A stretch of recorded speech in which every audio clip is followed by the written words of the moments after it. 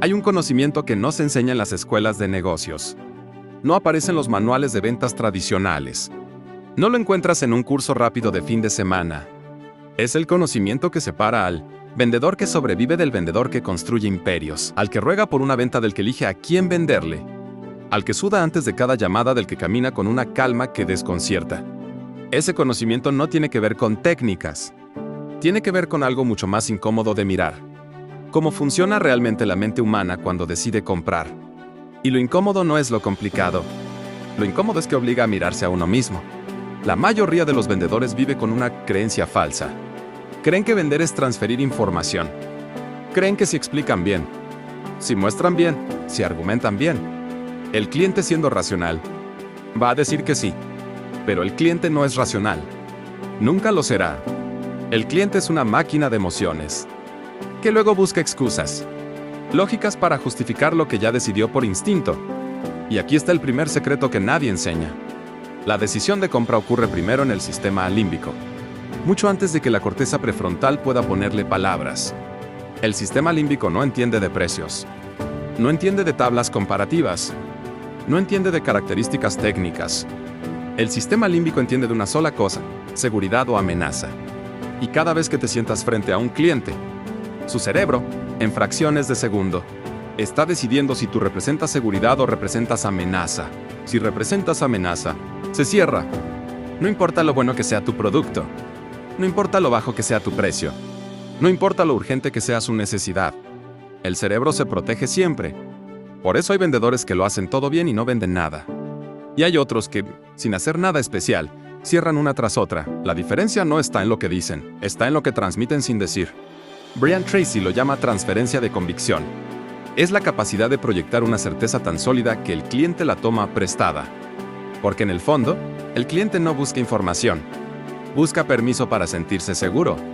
Y la seguridad no se argumenta. Es verdad. Aquí aparece otro de los grandes secretos: el cliente no compra productos.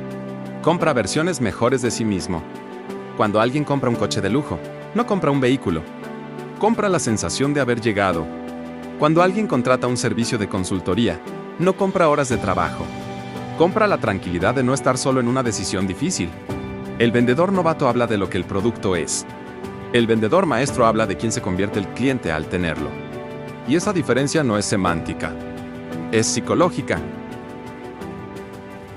Hay una frase de Brian Tracy que debería estar tatuada en la mente de todo el que vende: la gente compra por sus razones, no por las tuyas.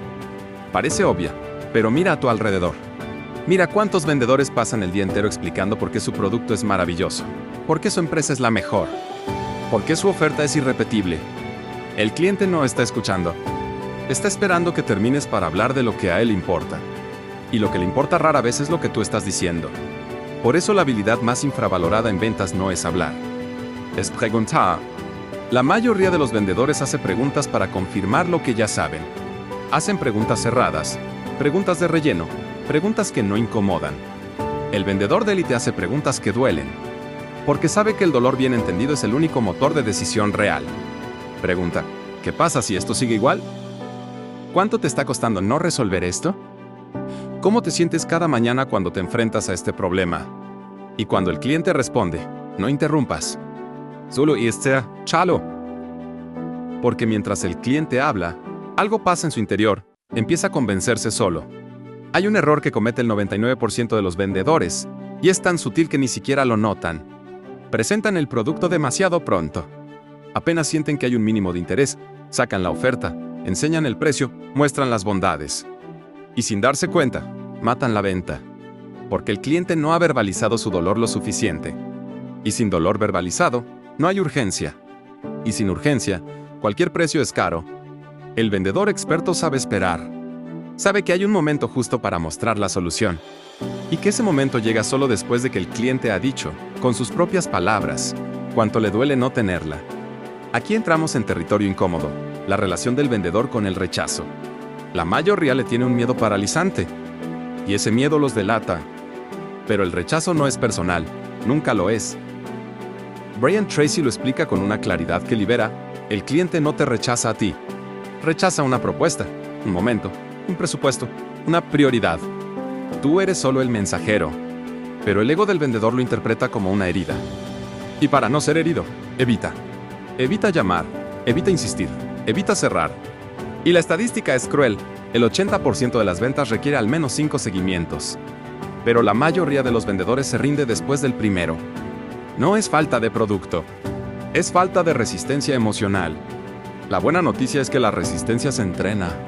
Así como vas al gimnasio para fortalecer músculos, puedes entrenar tu mente para fortalecer tu tolerancia al no. Cuando entiendes esto, el no deja de ser algo que temes y se convierte en algo que formas parte del camino. El vendedor profesional no le tiene miedo al no. Le tiene miedo a no haberlo intentado.